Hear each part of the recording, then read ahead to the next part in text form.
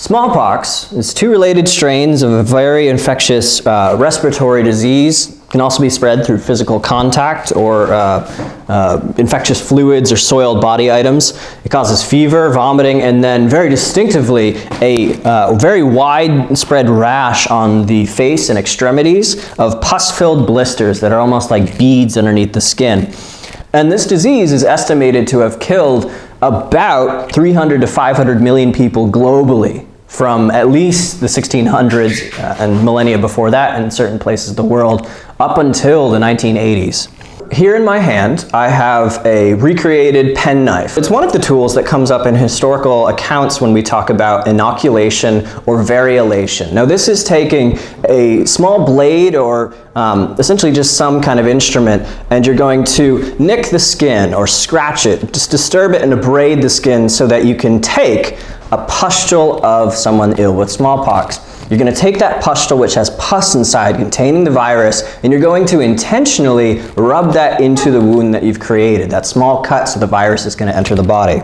Now, because this is done on purpose, the infection is predictable and controllable. You can put that person in isolation because they can still infect other people, and it allows you to treat them, and it reduces mortality from 30% in natural cases to 2 or even 0.5% of cases are going to lead to death. And once you've had this disease, naturally or through inoculation, you have lifelong immunity against it and other related illnesses.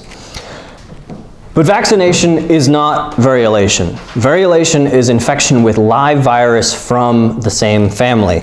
Vaccination is infecting with live virus from a related illness. So for instance, Edward Jenner in 1796, among others, starts infecting people with cowpox, giving them protection from the much more lethal, more common smallpox.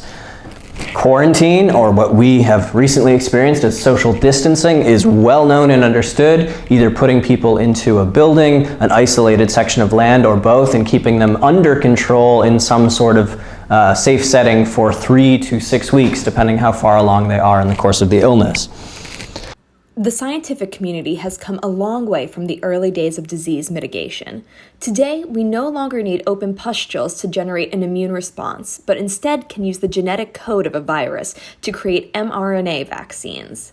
What new discoveries might exist when the next pandemic strikes? If you enjoyed this programming, make sure to check out the other videos in the series. You can find those at www.independencemuseum.org.